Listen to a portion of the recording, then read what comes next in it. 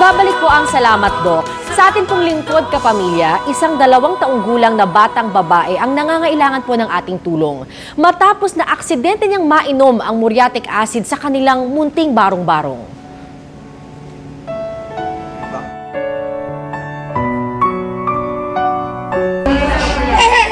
Halos butot balat ang 2 taong gulang na si Alexandra. Magdadalawang buwan na siyang hindi makakain ng solid food matapos aksidenteng mainom ang muriatic acid na nailagay ng kanyang tatay sa bote ng mineral water at iniwan sa ilalim ng lababo.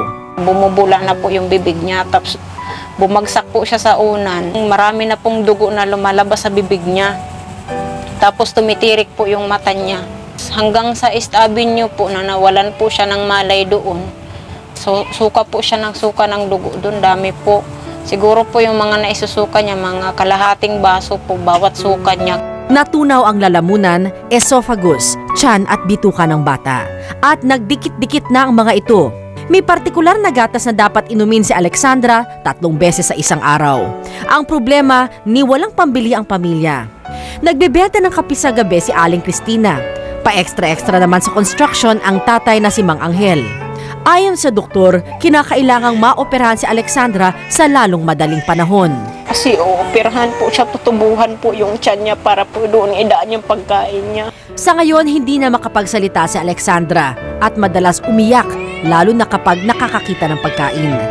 Di na rin siya makatayo dahil nangihina sa gutom. Kaya naman kumakatok ang kanyang mga magulang sa sino mang makatutulong sa kanilang anak. Sana po mabuhay ang anak ko. Magpapakasakali po sana kami na may tumulong sa amin para makaligtas yung anak ko.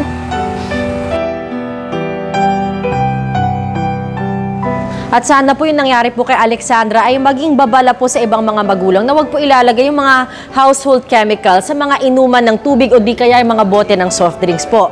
At ngayon pa lamang po ay nagpapasalamat na po kami sa anumang tulong na maaari po ninyong maibigay para po kay Alexandra.